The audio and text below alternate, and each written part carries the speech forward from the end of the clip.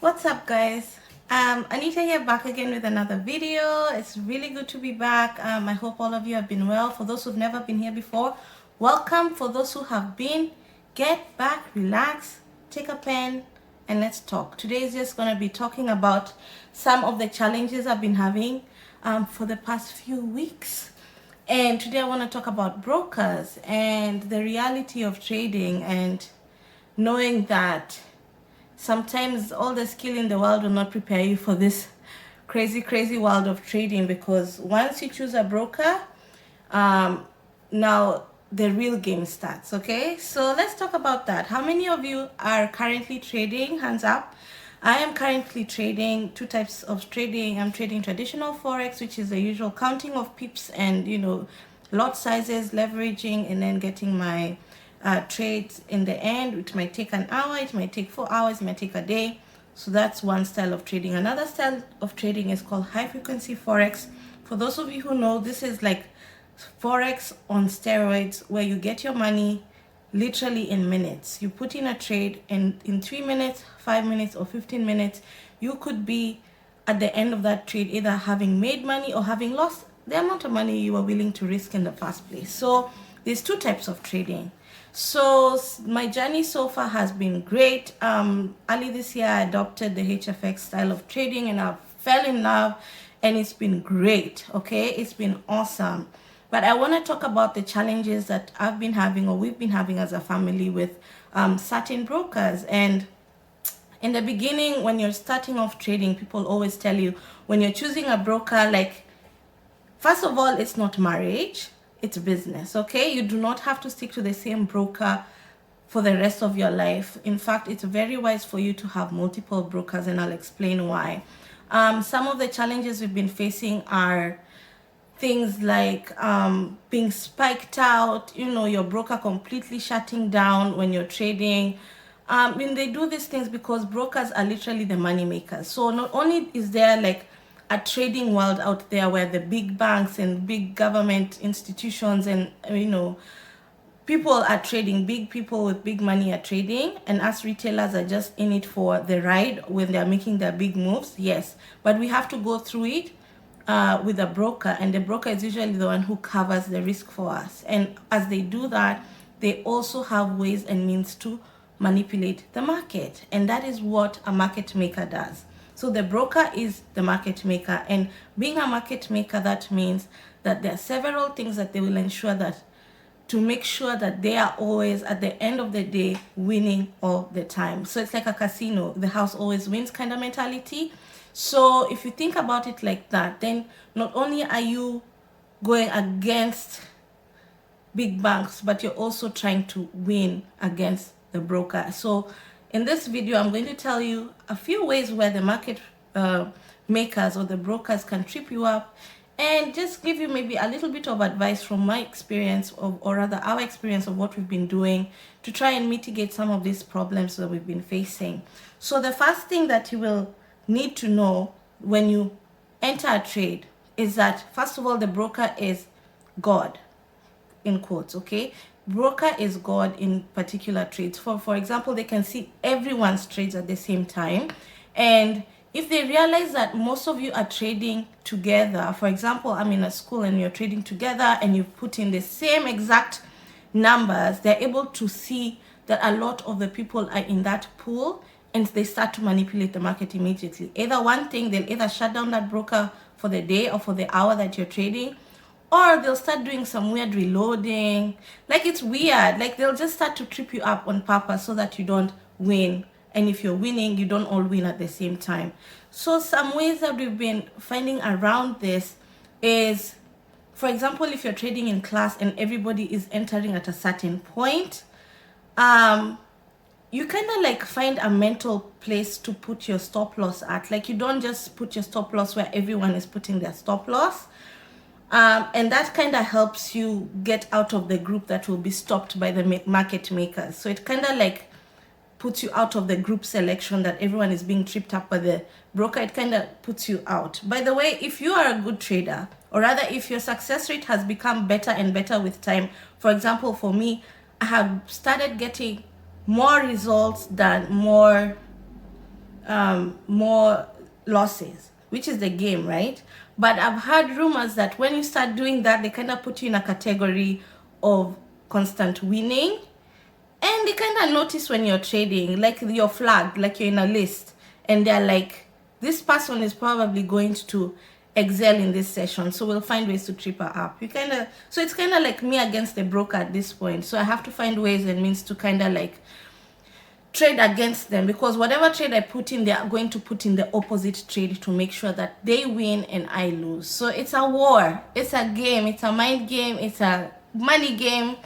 And if you get frustrated, they're counting on you getting frustrated. So again, it's a discipline mind game thing. So you have to be strong and you have to not get angry, because if you get angry, you will start to over leverage, you will have to over trade, you'll have to overcompensate, because the trade was going your way. No one is debating that, yes, the trade was going your way, but they knew that, and that is why they're going to kill your trade off, find a way to kill your trade off. So it's very interesting. So you can think your strategy is working, but then if your broker is a messed up broker, then they are definitely going to trip you up. So a way to mitigate this is, one, never just have one broker. Open multiple broker accounts, okay? Have like 3.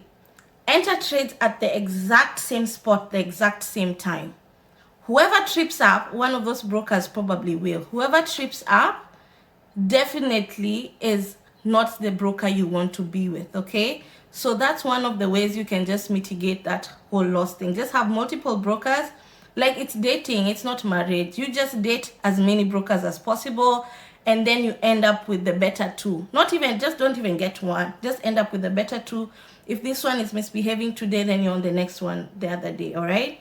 Or the same, you can change brokers or have to do different brokers at the same session. Like, it helps sometimes. Another thing that you want to realize is that the broker wants you to trade more, okay? One, they don't want you to ever withdraw. That's why I always insist in all my videos, pay yourself fast, because if you don't pay yourself that $500, I promise you tomorrow you will lose it in the market, period. They always get their money back. So pay yourself, however little you feel $200 is a day is, it's really not that little. Pay yourself first and then continue trading. So if you're trading for the day, if you're a trader like us guys, we trade to live. Like, that is our source of income. So once we trade, we have a quota to meet at the day, so that at the end of the month we all have all our bills paid, we are surviving, we're doing okay, and then the rest of it goes back to trading or savings or whatever we have to do. So if we don't pay ourselves for, guaranteed we will lose the money again next week. We shall lose it. So we always have to pay ourselves first, because the conditions are not the same. The conditions are not the same next week. The conditions are not the same tomorrow. So pay yourself every day if you can. $200 a day is not little. Trust me, it adds up at the end of it, or it adds up, okay? Oh, I'm feeling so hot, guys. All right, another thing is, some brokers are gonna offer you something called 100% bonus or 50% bonus if you do not withdraw. Do not trust these people when they say this, because what they're trying to do is keep your money within their platform. That way you're not able to withdraw the money out, okay? So some of the times, if you accept the 50% bonus on deposit or 100% bonus, realize these people are salesmen first, and then later is when they do their business and, you know, give you signals and all that stuff they promise to give you, and give you market analysis. Yeah, sure. But first, they're salespeople, and the salespeople are literally trying to keep you within the platform. They will offer you the bonuses and the percentages. Do not take them, because what they're trying to do is keep your money within it. And if your money stays in, you're guaranteed to most likely lose it by them tripping you up, or, you know, some other means and ways where they, you know, change stuff, they spike you out, they do different things like that. So do not take the bonuses. Sometimes they tell you that if you take the bonus, you're not allowed to withdraw until you triple your money. Guys, sometimes tripling your money is impossible in a week, and if you need that money at the end of the week, then your money is stuck, right? So you don't want to be stuck in such a loophole. Just do not accept any bonuses. Treat your trading like a business. Find the best partner for yourself and withdrawal process, make sure that they have the easiest withdrawal process for you. They don't give you the runaround. Sometimes they even promise you an account manager. Guys, like, you're not here to make friends. It's a business. So work with what works best for you, okay? I just want to see if there's anything else I've left out before. Yeah. So they'll make the market slippery. They want you to lose more trades. So you have to wisen up. Not only does your strategy in trading have to be really good, not only do you have to be really on point in knowing exactly what you're doing in the market, then now you have to play the game with the brokers, okay? So if you're on a very good winning streak, ride it, because tomorrow they might trip you up. So ride it and do not try to trade too much. Again, if your percentage of the day was 10%, if you were planning to increase your account by 10%, stick to the 10%. Immediately you start reaching for 15% and they realize that you're steadily winning, they trip you up, you end up losing from 15%, you lose all the way to 10%, and you only have at 5% again. So it's like, it's a mind game of discipline. They realize that you're there to make money, but then they also promise that you will lose it. If you're not careful, you will lose it, and that's the game, and that's how they make money. So not only do they make money with spreads, they also make money every time they keep you trading. And that's why they offer you things like, you know, the signals and the, you know, everything else, the market analysis and, you know, the private account manager. You can use all these things for yourself. Make sure you're not confused by the agenda of that person. He is not here to help you. He's here to help himself. And once you realize that in your brain, then it helps you make decisions a little bit better. So that's kind of like a lot of the rant I wanted to give you about brokers and the kind of like the stress I've been having for the week. So we've been having a bit of that drama, and we were just realizing that, you know what, we have to just make sure that we stay level-headed, not angry. Once we react, that's exactly what they want you to do. They want you to react and lose more money than you win.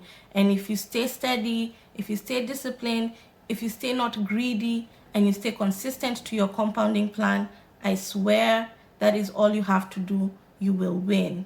You will win every day consistently.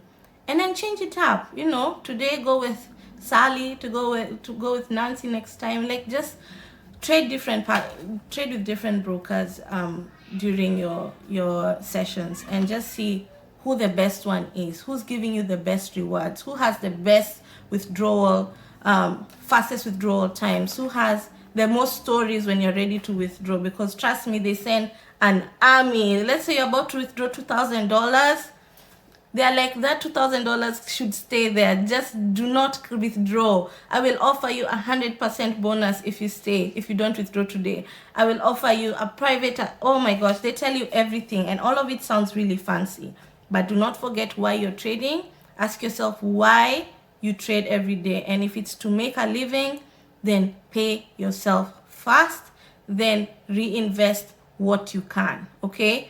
Only what you need. Only trade with money that you can afford to trade with, okay? Everything else, profit it and make it work for you. Make that money work for you, okay? So that's all I wanted to say. It sounds a bit like a rant, but that's exactly what it was, because it's my journey, and I promised to share my journey trading with you guys. But I will say overall, it's still the best decision I ever made. And if I can learn anything on your behalf, I will tell it to you as it is and keep it real.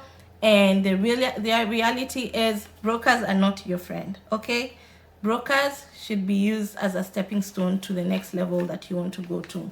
And they're unavoidable. They are the people who you have to go through with, you have to go through trading with. So choose them wisely and have many reputable and registered brokers to use. Do not just use any, just make sure they're reputable. And I think I will do a video, because right now I'm in the midst of finding the best options if you're in Canada and the US and Kenya. So I will come up with a list for you guys and I will send it out. I think I can do it in the next video.